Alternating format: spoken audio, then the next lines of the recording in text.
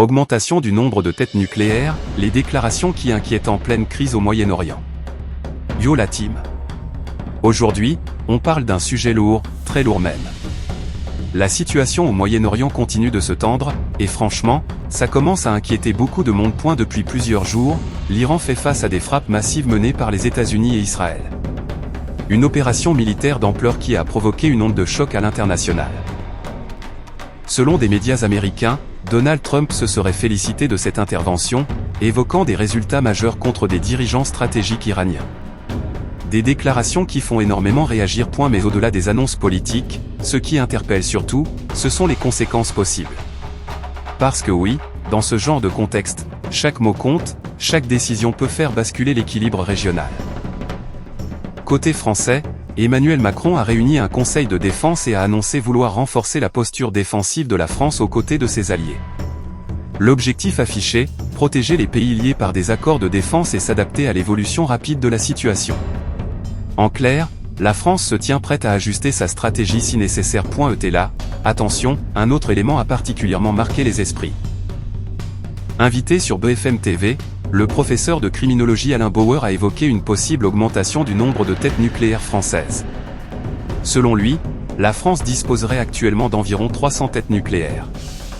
Il explique que la Chine serait en train de tripler son arsenal, tandis que les États-Unis modernisent également le leur.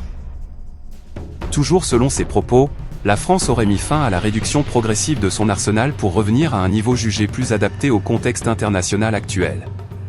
Il parle d'un effet de modernisation très engagé, notamment concernant les missiles lancés depuis les sous-marins. Alors évidemment, ce genre d'annonce peut faire froid dans le dos. On ne parle pas simplement de diplomatie ou de sanctions économiques.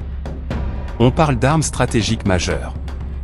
Et même si cela reste dans une logique de dissuasion, ça montre que le climat mondial est en train de changer. Pendant ce temps-là, sur le terrain, les civils vivent dans l'angoisse.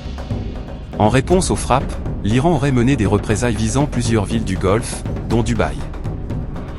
Et là, un visage bien connu du public français s'est exprimé, Maëva Guénam. Installée à Dubaï depuis plusieurs années, l'ancienne candidate des Marseillais a partagé son inquiétude sur les réseaux sociaux. Elle parle d'une boule au ventre et demande à la France de protéger ses ressortissants en cas d'escalade. Mais situation compliquée pour elle. Elle ne pourrait pas quitter le territoire en raison d'un travel ban imposé par les autorités locales, suite à un différend passé avec son ancien compagnon. Résultat, impossible de partir même en cas de rapatriement. On voit donc à quel point ce conflit dépasse le cadre purement politique. Il touche des citoyens, des expatriés, des familles entières. Alors la question que tout le monde se pose aujourd'hui, c'est simple, est-ce que la situation peut encore être désamorcée ? Ou est-ce qu'on entre dans une nouvelle phase de tension internationale plus marquée ? Pour l'instant, les dirigeants parlent de défense, de stratégie, de modernisation. Mais l'espoir reste que la diplomatie puisse reprendre le dessus. En tout cas, une chose est sûre, on va continuer à suivre ça de très près. Dites-moi en commentaire ce que vous en pensez. Est-ce que ces annonces vous inquiètent ? Est-ce que vous pensez que la situation peut se calmer ?